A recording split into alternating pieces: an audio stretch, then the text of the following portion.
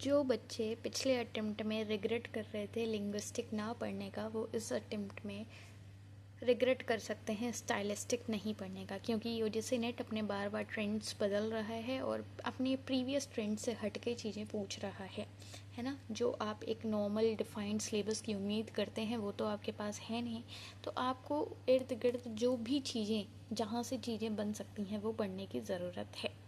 उसी में से एक मेन टॉपिक आता है आपका stylistic and English in use. English in use तो आप लोग पढ़ते ही हैं as a unit, but stylistic एक ऐसी यूनिट है जो आप इसको ब्रिज मान सकते हैं between linguistic and literary criticism.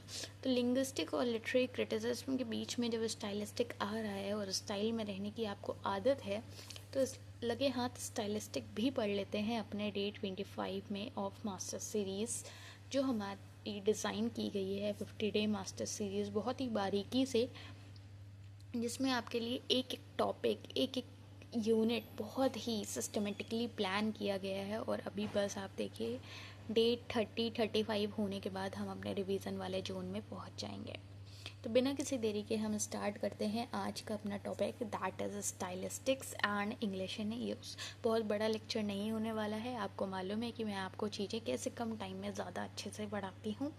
तो अगर आप कहीं से भी घूम टहल के आज इस वीडियो पे आ गए हैं तो आपका बहुत सारा स्वागत है, और आप से उम्मीद करते हैं कि आप इस चैनल को सब्सक्राइब कर लेंगे और ये चल रही मास्टर सीरीज़ को फॉलो करेंगे, और आपको खुद ब खुद फ़ायदा दिखने लगेगा जब आप PYQs लगाएंगे और आपको कीवर्ड सामने सामने दिख के आंसर्स पता लगने लगेंगे। Okay, so without any delay हम स्टार्ट करते हैं और समझते हैं सबसे पहले कि स्टाइलिस्टिक्स होता क्यों है, हम क्यों पढ़ते हैं स्टाइलिस्टिक्स, स्टाइलिस्टिक होता क्यों है। तो जैसे कि मैंने आपसे कहा कि स्टाइलिस्टिक्स जो है वो linguistics, that is science of language, जिसको हम स्टाइलिस्टिक कह रहे हैं। तो हम क्या करते हैं, जैसे कि मैंने कहा कि लिंग्विस्टिक और लिटरेरी क्रिटिसिज्म दोनों के बीच की जो बात आती है वो आती है स्टाइलिस्टिक की।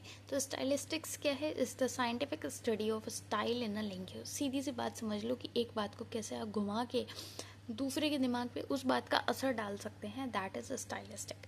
आप एक बात सीधे भी किसी से कह सकते हैं, एक अपनी टोंट में इस तरीके से कह सकते हैं कि उसके दिल को लग जाए, दैट इज़ स्टाइलिस्टिक। इसको अगर आप एग्जामिनर की भाषा में समझेंगे तो आप स्टाइलिस्टिक को साइंटिफिक स्टडी मानेंगे of style in a language, कि how it asks how a text creates meaning through its linguistic choices. It sits at the intersection of linguistic and literary criticism. बात क्या आती है, बात ये आती है जैसे मैं कहूँ कि आज अंधेरी रात है ना, और मैं कहूँ आज कुछ क्षमा, आज कुछ रात में कुछ खासियत है, मतलब कुछ भी मैं शायरी अंदाज में कह दूँ और आपको एसेंस उसका वो आए कि आज हाँ अंधेरी रात है, तो that is stylistic.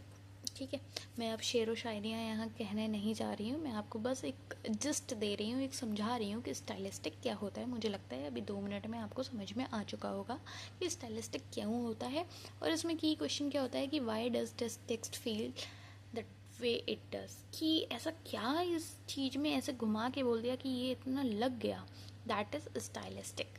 Okay, stylistic give you systematic evidence based answer, और ये linguistic, literature, scientific method, close reading, ये सारी चीज़ें हम पढ़ने जा रहे हैं। सबसे पहले हम समझेंगे कि स्टाइलिस्टिक को हम किन किन बेसिक्स पे पढ़ सकते हैं, बेसिस पे पढ़ सकते हैं, that is micro level. Micro level is like word choice, phonology, syntax, what word sound are used and how they are arranged. आप देख रहे हो कि कहीं पे हमें राइमिंग लानी होती है तो हम कैसे वर्ड्स को, साउंड्स को प्लेस करते हैं ना।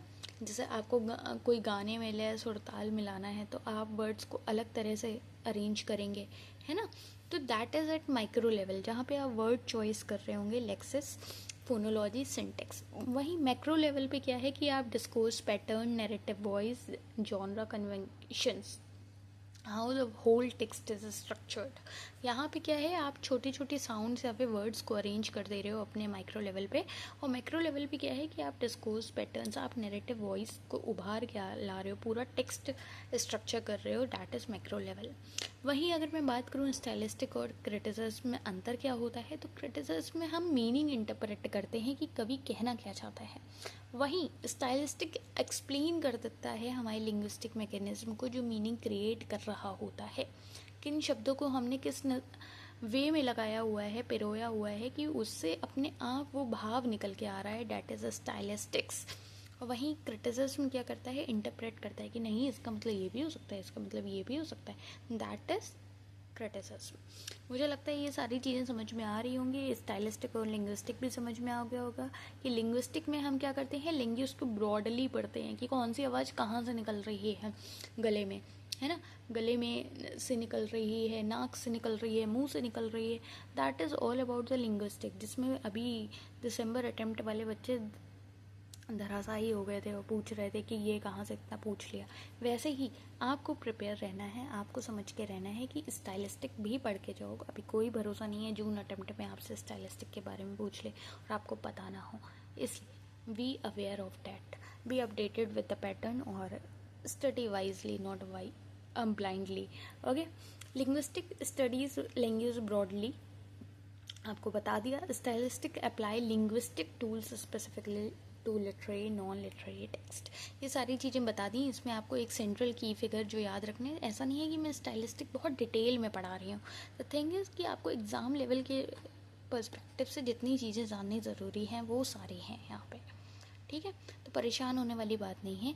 Geoffrey Leech the central figure, अब जानते हैं ये हैं कौन, ये एक ब्रिटिश लिंग्विस्ट हैं, professor at Lancaster university, he is the most important name in stylistic for UGC in NET, और इनको आपको याद रखना है, इनका टाइम पीरियड भी याद रखना है आपको। वहीं इनके कीवर्ड्स जो बहुत ज़्यादा इंपॉर्टेंट है, linguistic guide to English poetry, that is the foundational text introduces the his framework. वहीं स्टाइल इन फिक्शन की अगर मैं बात करूं तो coauthored with Michael Short, applies stylistic to prose, कैसे हम स्टाइलिस्टिक प्रोज में लगा रहे हैं वो हमें स्टाइल इन फिक्शन में देखने को मिला है। वहीं सिमेंटिक्स की अगर मैं बात करूं वहाँ हमें 7 टाइप्स ऑफ मीनिंग देखने को मिल रहे हैं। कम्युनिकेटिव ग्रामर ऑफ इंग्लिश, ये सारे इनके कीवर्ड्स हैं जो आपको याद रखने हैं, मतलब एटलीस्ट आपको पता होना चाहिए कि ये इन्होंने लिखे हैं, है ना। अब वहीं मैं बात करूँ 7 टाइप्स ऑफ मीनिंग जो आपको पूछे जा सकते हैं, that is conceptual, connotative, social, affective, reflective, collocative and thematic. ये टेबल आपके काम की है, इसको आपको चाहे तो स्क्रीनशॉट ले लो, स्क्रीनशॉट ना ले पाओ तो लिख लो अपनी कॉपी में, और पीडीएफ अगर इसके चाहिए हो अगर आपको, तो आप टेलीग्राम ग्रुप ज्वाइन कर लेना, वहाँ आपको मिल जाएगी, ठीक है, ठीक है।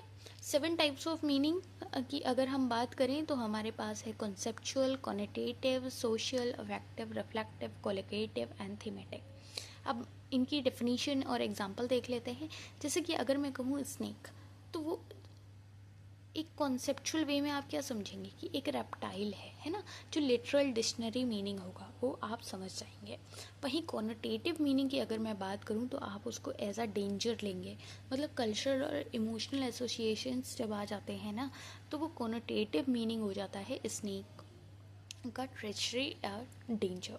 वहीं सोशल पर्सपेक्टिव से अगर हम देखें, सोशल टाइप ऑफ मीनिंग देखें, जो 7 टाइप ऑफ मीनिंग दे रखे हैं उसमें अगर हम सोशल देखें तो वो कॉन्टेक्स्ट ऑफ यूज़ आता है कि आप किस कॉन्टेक्स्ट में यूज़ कर रहे हो, है ना, लाइक फॉर्मल या इनफॉर्मल, जिसमें हम रजिस्टर्स पढ़ते हैं, रजिस्टर्स क्या होते हैं, ये सारी चीज़ें मैंने आपको फाउंडेशन सीरीज़ में भी कराई हैं, बहुत ही डिटेल में कराई हैं कि फॉर्मल में हम क्या यूज़ करते हैं, इनफॉर्मल में क्या यूज़ करते हैं, रजिस्टर क्या होता है, register is like how you use language, है ना। आप टाइप्स ऑफ रजिस्टर्स भी मैंने पढ़ाए हैं, मतलब आप एक बार कंटेंट को थोड़ा सा तराशिए, एक बार खंगालिए, देखिए आपको क्या क्या पढ़ा दिया गया है, आपने क्या क्या मिस आउट किया है। इसलिए कह रही हूँ चैनल को सब्सक्राइब कर लेना, आपको सारी काम की ही चीज़ें मिलेंगी, वो भी कम से कम टाइम में, है ना, आपका ज़्यादा टाइम ज़ाया नहीं होगा। आप फाउंडेशन सीरीज़ देखो, मास्टर सीरीज़ देखो, you are good to go. और अभी हम प्रैक्टिस शुरू करने इस मास्टर सीरीज़ में, तब आपका तैयारी एकदम बेहतर बढ़ती जाएगी, है ना। और आई एम थिंकिंग कि वो चीज़ें हम लाइव कर पाएँ, ठीक। सोशल में आप समझ गए कि हम किस कॉन्टेक्स्ट में यूज़ कर रहे हैं, like father versus dead, dad, है ना। अगर मैं बात करूँ कि अफेक्टिव, तो स्पीकर का एटीट्यूड क्या है, उस वर्ड में क्या एटीट्यूड एम्बेडेड है वो आपको देखने को मिलेगा। लाइक टेररिस्ट और वर्सेस फ्रीडम फाइटर, आपको आप पढ़ के ही समझ में आ रही होंगी चीज़ें, इतना बेसिक चीज़ें लिखी हुई हैं। वहीं रिफ्लेक्टिव लेवल की अगर मैं बात करूँ, reflective level type of meaning की अगर मैं बात करूँ, तो association from another sense of same word, like the comforter, ये एक Holi spirit Eeco physical comfort. मतलब आप किसी न किसी सेंस में किसी वर्ड को एसोसिएट कर दे रहे हो, है ना। आप कहीं ना कहीं वो चीज़ रिफ्लेक्ट हो रही है। लाइक द कंफर्टर, अगर मैं बोल रही हूँ द कंफर्टर, तो आपको वो कंबल याद नहीं आ रहा है, आपको क्या याद आ रहा है, एक होली स्पिरिट जो इकोस फिजिकल कंफर्ट। कोलोकेटिव, कोनोटेटिव और कोलोकेटिव में अंतर होता है, इसको याद रखना। कोलोकेटिव क्या होता है, meaning from a usual company of a word. अब देखो कुछ बच्चे ऐसे होंगे जिनको ये चीज़ें पहले से मालूम होगी, है ना। बट अगर आपको नहीं मालूम है तो आप अपने आप को ज़रा से शाबाशी दे दीजिए कि आप इस वीडियो पे आ गए हैं और देख रहे हैं, अब आपको भी पता लग जाएगा।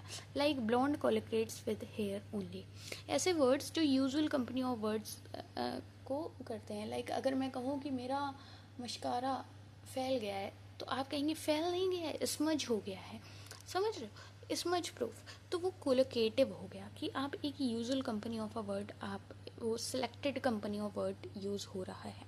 थीमेटिक मतलब meaning from word word emphasis order, like it was John who broke the window versus John broke the window.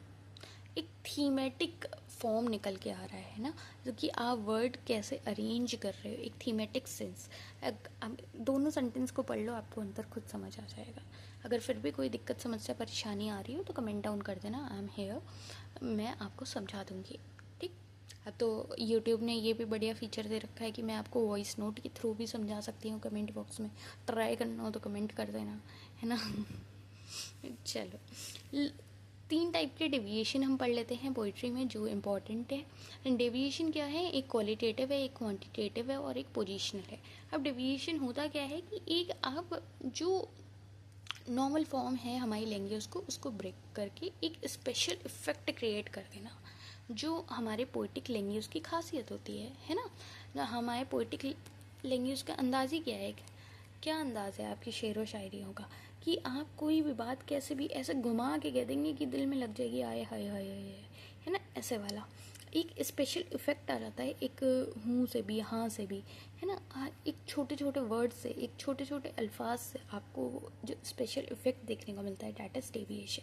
Qualitative, quantitative और पोजिशनल में अंतर क्या है, क्वालिटेटिव में आपको देखने को मिलेगा breaking rules of the language system, जहाँ पे ग्रामर स्पेलिंग के रूल्स फॉलो नहीं किए जा रहे होंगे हमारे लैंग्वेज सिस्टम में, that is qualitative deviation. For example आप देखते हैं कोई कोई स्पेलिंग्स ऊपर नीचे लिख दी जाती हैं, है ना, थोड़ा इधर उधर कर दी जाती है, क्यों, क्योंकि वो एक अलग साउंड इफ़ेक्ट, एक अलग स्पेशल इफ़ेक्ट लाने के लिए। तो जो भी आपके ग्रामर रूल्स या स्पेलिंग रूल्स ब्रेक किए जा रहे हैं, that comes under the qualitative deviation. Then what comes under the quantitative deviation is like using something more और लेस देन एक्सपेक्टेड। मतलब कहीं पे आपको रिपीटिशन की ज़रूरत नहीं थी फिर भी आपने कर दी, है ना। लाइक आप जब गज़ल सुनते हैं तो आपको वो आदत होगी सुनने की कि कोई भी गज़ल आप उठा के देख लीजिए, है ना, कल 14वीं की रात थी, तो वो जो बार में एक एक शब्द को 4 4 बार बोल रहे हैं ना, वो वाली चीज़ जो है दैट इज़ क्वांटिटेटिव। जहाँ पे आप किसी चीज़ को बहुत ज़्यादा बोल दे रहे हो, किसी चीज़ को बहुत कम कर दे रहे हो, एक अनयूजुअल ब्रेविटी आ रही है, रिपीटेशन आ रहा है, that is quantitative. Positional deviation is like placing something where is not normally expected. आप कोई बात बोल रहे हैं और वो बात वहाँ पे आपको ऐसा उम्मीद ही नहीं है कि अब ये शब्द आ जाएगा और वो शब्द आ जाए, है ना, दैट इज़ पोजिशनल।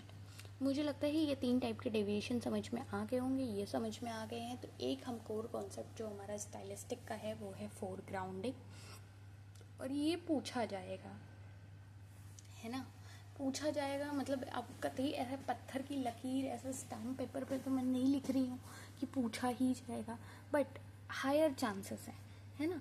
और अगर आपको पता होगा तो आपको मैं याद ही आऊँगी और फिर आप कहोगे कि हाँ कोई था जिसने मुझे बताया था कि ये फोर ग्राउंडिंग काम की चीज़ है ना। तो बस इतनी सी बात है।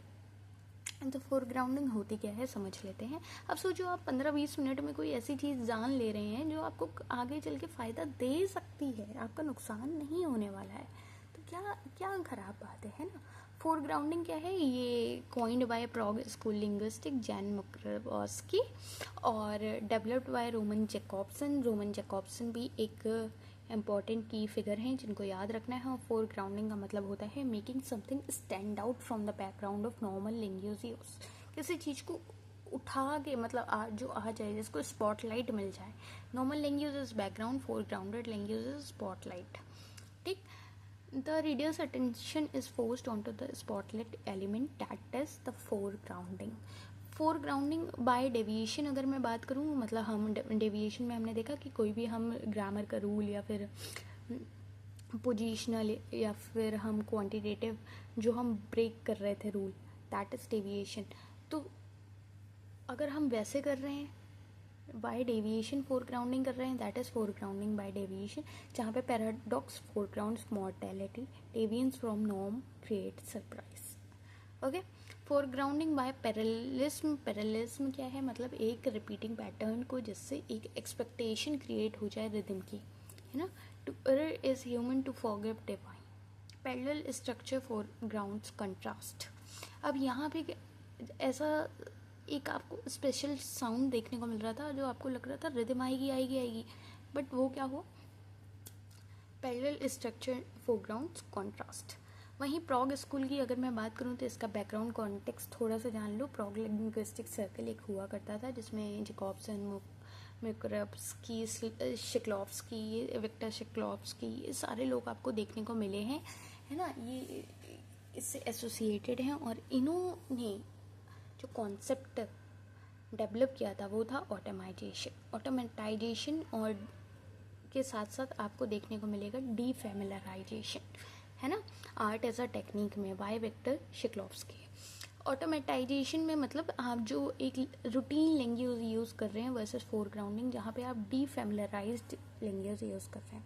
अब मैं थोड़ी सी बैकग्राउंड कहानी बता दूं आपको कि विक्टर शिक्लोव्स्की का जो वर्क है आर्ट एज टेक्निक, उसमें आपको देखने को मिल रहा है ऑस्ट्रेनी मतलब मेकिंग स्ट्रेंज। अब हम लोग ना, इनका कहना था कि हम लोग इतना ज़्यादा ऑटोमेटाइज हो जाते हैं, फैमिलियर हो जाते हैं एक चीज़ से कि हम चीज़ की ब्यूटी को नकारने लगते हैं, है ना।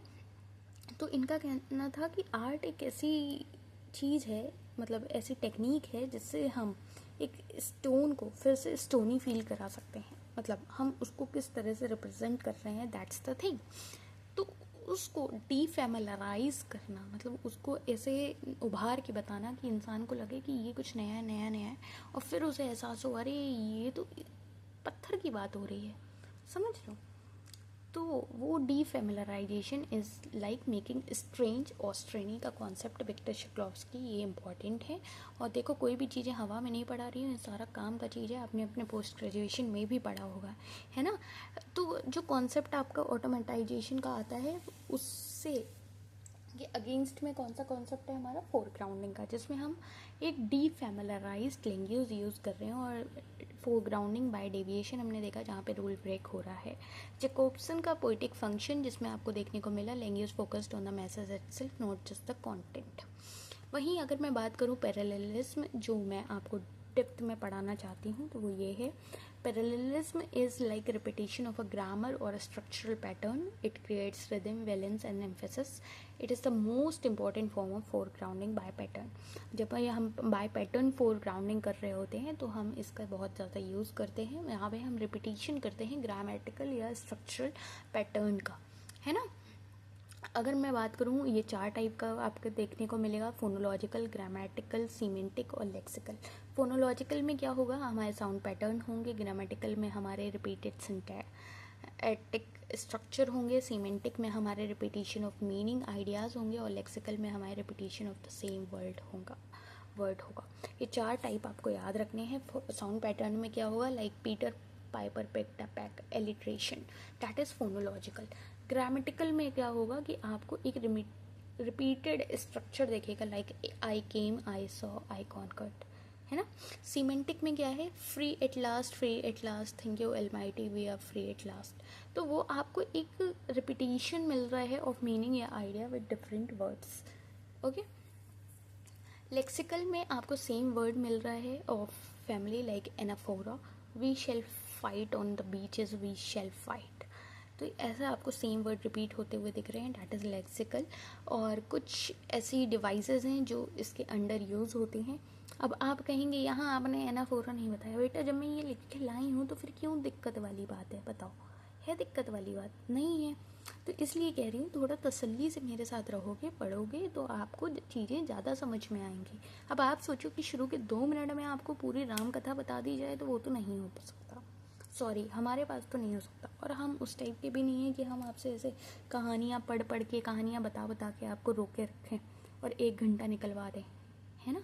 वो वाली चीज़ भी नहीं है। हम आपको हर चीज़ 15-20 मिनट, मैक्सिमम 30 मिनट के अंदर अगर हम दे रहे हैं तो हम थोड़ा तो अपने हिसाब से चलना पड़ेगा। आपके हिसाब से चलेंगे तो फिर हो गया, है ना। कम टाइम में भी चीज़ चाहिए है, कहानी भी सुननी है। मतलब मेरे को कहानी सुनाने में दिक्कत नहीं है, मेरा तो काम ही है कहानी सुनाना, है ना। मेरा तो पैशन, हॉबी सब कुछ वही है। तो बात ये है कि अगर आपको कहानी सुननी है, आपको ऐसा समझना है कि आप 3rd क्लास के बच्चे हैं, 3rd क्लास 5th क्लास के बच्चे हैं, तो आप कमेंट डाउन कर दीजिए कि मैम थोड़ा स्लो पढ़ाइए, आराम आराम से समझाइए, तो मैं उस हिसाब से भी पढ़ा सकती हूँ, है ना। तो कुछ डिवाइसेस हैं अंडर पैरेललिज्म जिसकी अगर मैं बात करूँ, क्योंकि मुझे मालूम है आप लास्ट टाइम पे पढ़ रहे हैं और आपके पास टाइम कम है, तो आप भी स्पीड में ही पढ़ना चाह रहे होंगे, है ना। तो अगर मैं बात करूँ एनाफोरा की, तो एनाफोरा क्या है, repetition at the beginning of successive lines या क्लॉजेस। जो भी हमारी रिपीटिशन होता है, लाइक वी शेल फाइट और वी शेल फाइट, हमारा जो रिपीटिशन हुआ है दैट इज एनाफोरा। एपिस्ट्रॉफी क्या है, रिपीटिशन एट द एंड, हमारा लास्ट में जो रिपीटिशन होगा वो एपिस्ट्रॉफी होगा। अब इसे एपोस्ट्रॉफी से मत मिला देना, ठीक है। आंखें खोल के बैठो और कॉपी पे लिखते रहो। एंटीथीसिस, एंटीथीसिस क्या होता है, जहाँ पे आपको कॉन्ट्रास्टिंग आइडियाज़ मिल जाएं एक पैरेलल स्ट्रक्चर में। It was waste of time, it was worst of time, आपको कॉन्ट्रास्ट दिख गया वेस्ट और वर्स्ट का, दैट इज एंटीथीसिस। इसको मुझे नहीं उम्मीद है कि आप क्या प्रोनाउंस करते होंगे, बट आप देख लीजिए ये इन्वर्टेड पैरेललिज्म है जिसमें ए बी बी ए का पैटर्न आपको देखने को मिलता है। Ask not what your country can do for you, ask what you can do for your country. ये देखो, ये ए बी बी ए का पैटर्न देखने को मिला, जो बात यहाँ पूछी वहाँ उसको घुमा के पूछ लिया, ठीक। अब बात ये है कि मैं इसको कुछ भी प्रोनाउंस कर दूंगी, आप उस बात पर अटक जाओगे, आपने इसको ये प्रोनाउंस किया, तो दैट्स नॉट द थिंग। मैं जो पढ़ाने आई हूँ मैं पढ़ाऊँगी, है ना। आपको मेरा वो प्रोनाउंसिएशन अगर नहीं सुनना किसी वर्ड का तो मैं बोलूँगी नहीं, आप पढ़ लो, खुद पढ़ लो, आप होशियार हो, है ना। आइसोकोलन, आइसोकोलन क्या है, parallel clauses of equal length and structure. मैं कोई गुस्से वस्से में नहीं हूँ, बात बस इतनी सी है कि मैं चाहती हूँ कि आप पढ़ें और आपका ध्यान पढ़ने में ज़्यादा हो, है ना। डेविएशन की जो हम बात कर रहे थे, तो डेविएशन की बात में आप इतनी चीज़ें समझ सकते हैं, कुछ डिटेल में चीज़ें हैं जो हम लेके आए हैं आपके लिए। देखो बहुत ज़्यादा इसमें कठिन चीज़ें नहीं है, इसमें बात इतनी सी अब डेविएशन है ना। अब लिंग्विस्टिक डेविएशन है, तो लिंग्विस्टिक डेविएशन मतलब आप लैंग्वेज में कुछ कुछ कर रहे हैं, है ना। डेविएशन कुछ कुछ रूल्स जो आप तोड़ रहे हैं वो लिंग्विस्टिक बेसिस पे तोड़ रहे हैं, तो उसमें लेक्सिकल आ गया, ग्रामेटिकल आ गया, फोनोलॉजिकल आ गया, ग्राफोलॉजिकल आ गया। लेक्सिकल में क्या आ गया, आपने अनयूजुअल वर्ड्स यूज़ कर लिए, इन्वर्टेड यूज़ कर लिए, है ना। Double dawn, drawn, falcon, new compound words use कर लिए, दैट इज़ लेक्सिकल। ग्रामेटिकल में आपने ग्रामर के रूल्स बदल दिए, जो चीज़ लोअर केस में लिखनी थी वो अपर केस में लिख दी, पंक्चुएशन यूज़ नहीं किया, रॉन्ग वर्ड क्लास यूज़ कर लिया, दैट इज़ ग्रामेटिकल। फोनोलॉजिकल में अनयूजुअल साउंड पैटर्न्स आ गए, है ना, harsh consonants for effect. Graphological, unusual visual forms, shape, poems, concrete poetry. Semantic में आपको मेटाफर और पैराडॉक्स देखने को मिलता है, ये इंपॉर्टेंट है, ये नोट डाउन कर लो, क्योंकि आपको ये डायलन थॉमस का ये भी देखने को मिल रहा है, जो do not go gentle into that good night, जिसमें आप डेथ यूज़ किया गया है as a metaphor, death as night use किया गया है एज अ मेटाफर, ठीक है। तो do not go gentle into that good night, जिन लोगों का दिमाग ख़राब हो रहा था और वो कुछ कुछ सोच रहे थे, तो उनको मैं बता दूं कि ये, चलो मैं आपको स्पॉइलर नहीं देती हूँ, मैं आपसे कहना चाहती हूँ कि आप डायलन थॉमस का ये जो वर्क है do not go gentle into that good night, ये अगर अभी तक नहीं पढ़ा हो तो पढ़ लेना, ठीक है। डायलेक्टिकल डेविएशन की अगर मैं बात करूँ तो इसमें रजिस्टर शिफ्ट आता है। रजिस्टर क्या होता है, मैंने अभी बताया था, इनफॉर्मल, फॉर्मल, प्राइवेट, वो कि आप कैसे यूज़ कर रहे हो लैंग्वेज, वे ऑफ यूजिंग। तो using foreign archaic slang language unexpectedly, that is dialectical deviation. Historical deviation आ जाता है हमारा आर्काइज्म, मतलब मिल्टन जो यूज़ करता है लेटिनाइज्ड सिंटेक्स इन इंग्लिश पोइट्री, आपको देखने को मिलता है, डैट इज़ हिस्टोरिकल डेविएशन। अब हम बात कर रहे हैं कि ये हमारी स्टाइलिस्टिक अप्लाई कहाँ हो रही है। तो ये हमारी स्टाइलिस्टिक अप्लाई हो रही है हमारे अपनी आम भाषाओं में, अपने रोज की बोलचाल चीज़ों में। तो इंग्लिश यूज़ की मैं बात करूँ जहाँ स्टाइलिस्टिक असल में अप्लाई हो रही है, तो आपको ये इंग्लिश इन यूज़ तो पढ़ लेते हो, उसका बैकग्राउंड स्टाइलिस्टिक नहीं पढ़ते हो, तो वो मैंने आपको पढ़ा दिया। अभी आपको फटाफट समझ में आ जाएगा। कैसे फटाफट समझ में आ जाएगा ये समझो। अब आपको लगेगा हाँ मैम ये तो मैंने पढ़ा है। रजिस्टर क्या है, variety of language used in social specific social condition like legal English, medical English, literary English, all have distinct registers. Register मैंने क्या बताया, way of writing. Way of writing मतलब आप इनफॉर्मल में कैसे बोल रहे हो, कैसे लिख रहे हो, फॉर्मल में कैसे बोल रहे हो, लिख रहे हो, फॉर्मल में, इनफॉर्मल में, अपने प्राइवेट कम्युनिकेशन में कैसे बोल रहे हो, कर रहे हो, फ्रेंड्स फैमिली में कैसे बोल रहे हो, कर रहे हो, है ना, दैट इज रजिस्टर। आपको आ गया समझ में। कोहेरेंस और कोहेजन बार बार पूछा जाता है, इसको मत भूलना। कोहेरेंस वर्सेस कोहेजन क्या है, देखो जानो मेरी बात। कोहेजन क्या है, लिंग्विस्टिक लिंक्स, मतलब जहाँ पे हम प्रोनाउंस कनेक्टिव्स यूज़ कर लेते हैं, दैट इज़ कोहेजन। वहीं कोहेरेंस क्या है, logical unity of meaning through out text. एक जो लॉजिकल यूनिटी बनी रहती है ना सारे मीनिंग्स की, जो एक टेक्स्ट में जो उभार के लाती है चीज़ें, दैट इज़ कोहेरेंस। तो कोहेजन और कोहेरेंस मैं आपको थोड़ा सा डिटेल में और बताऊंगी, उसके लिए आपको सब्र करना पड़ेगा। एक यूट्यूब शॉर्ट्स पे लाऊंगी कोहेरेंस एंड कोहेजन पे, उसको भी देखना है आपको। कोड स्विचिंग की अगर मैं बात करूँ तो it's the shifting between language register with in a conversation like common in English literature and post colonial writing. मतलब आप स्विच कर रहे हो लैंग्वेज में, रजिस्टर में। अब जो लोग आप इंग्लिश पे आ गए हैं ना, that is kind of code switching. Deixis क्या है, words whose meaning depends on context like here, now, I, you, spatial basis पे आप हेयर देयर यूज़ कर रहे हैं, टेम्पोरल पे नाउ देन यूज़ कर रहे हैं, पर्सनल में आई यू यूज़ कर रहे हैं। तो जो एक कंटेक्स्ट पे डिपेंड होता है, दैट इज डाइक्सिस। की कॉन्सेप्ट आपको क्या क्या याद रखने हैं, आपको याद रखने हैं कोलोकेशन, ईडियम, प्रैग्मेटिक्स। अब आप कहोगे प्रैग्मेटिक्स क्या है, प्रैग्मेटिक्स क्या है, मीनिंग इन कॉन्टेक्स्ट, किसी चीज़ के कॉन्टेक्स्ट में आपका क्या मीनिंग निकल के आ रहा है, दैट इज़ प्रैग्मेटिक्स। ईडियम आपको मालूम है, एक फिक्स्ड एक्सप्रेशन जिसका मीनिंग कुछ होता है ना, like kick the bucket.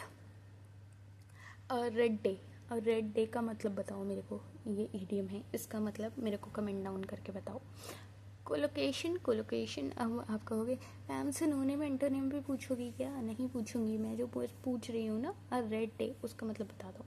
Colocation, natural word partnerships, आपको मैंने अभी बताया, ऊपर इतना वही बता के आ रही हूँ। स्पीच एक्ट थ्योरी क्या है, हमारी ऑस्टेन एंड सेल्ड की, जिसमें हमें लोकेशन, एलोकेशन, प्रिलोक्शन, ये सारी चीज़ें देखने को मिल रही है। ये इतना ज़्यादा आपके काम का नहीं है, काम का नहीं है मतलब मुझे नहीं लगता इतना डेप्थ में जाएगा एग्जामिनर, बट हाँ इन केस अगर मुझे कहीं से भी ऐसा थोड़ा सा भी ऐसा एहसास होता है कि हाँ मुझे ये करा देना चाहिए, तो मैं अलग से आपको करा दूँगी। वैसे कोई इतनी दिक्कत नहीं है। डिस्कोर्स एनालिसिस भी उसमें से ही एक चीज़ है जिसमें हम बियॉन्ड सेंटेंस लेवल एक लैंग्वेज को पढ़ते हैं।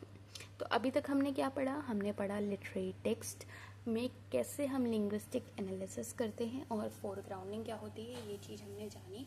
उसके साथ हमने जाना बाय डेविएशन, बाय पैरेललिज्म हम कैसे हमारे रूल ब्रेकिंग चल रही थी वो हमने देखा। इसके टाइप्स देखे, टाइप्स के साथ उसका रीडर पे क्या इफेक्ट आता है, लाइक डीफेमिलराइजेशन, एस्थेटिक रिस्पॉन्स और मीनिंग क्रिएटेड, ये सारी चीज़ें हमने देख ली। ये मुझे लगता है ये बार फ्लो चार्ट आप एक बार देखोगे आपकी बुद्धि खुलेगी कि आपने अभी तक पढ़ा क्या क्या है ना। तो मुझे लगता है आपने देख लिया होगा, नहीं देखा है तो वीडियो पॉज करके देख लेना, ठीक है।